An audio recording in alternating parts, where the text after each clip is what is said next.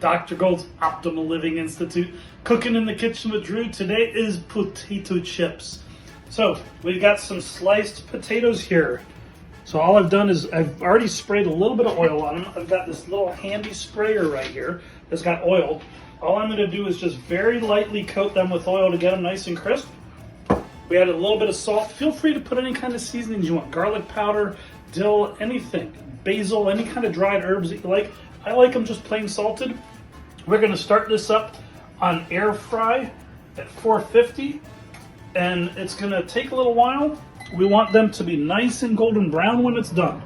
So we'll be back in just a few minutes to show you what they look like when they're done. And how did you cut them? I cut them with a slicer. So you can use a mandolier.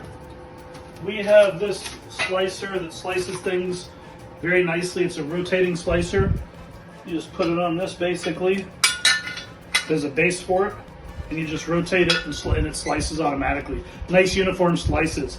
But the key also, when you're done slicing them, soak them in water to drain out all that starch because they'll get nice and crispy. If you don't get rid of the starch, they won't get crispy. So you put them in water, soak them for a couple minutes, let them dry out until they're almost completely dry before you put them in. And that'll help them nice and crispy, and we'll see what they look like in just a couple of minutes. All right, we're back. So we have nice golden brown, crispy potato chips. I use a little sprayer, very, very thin coating of oil. Extra virgin first press olive oil is good. Excuse me, avocado oil. Stay away from things like peanut oil, vegetable oil. Those are really bad oils for you. So if you want them a little bit less done, just do it based on color. I like mine really crunchy and crispy. We have just a little bit of salt on these, but feel free to use whatever seasonings you want. You can also, instead of regular potatoes, put some sweet potatoes or yams in there as well and make nice crispy sweet potato chips. Plantains work. Anything you want to make into a chip. The key is get them nice and dry first.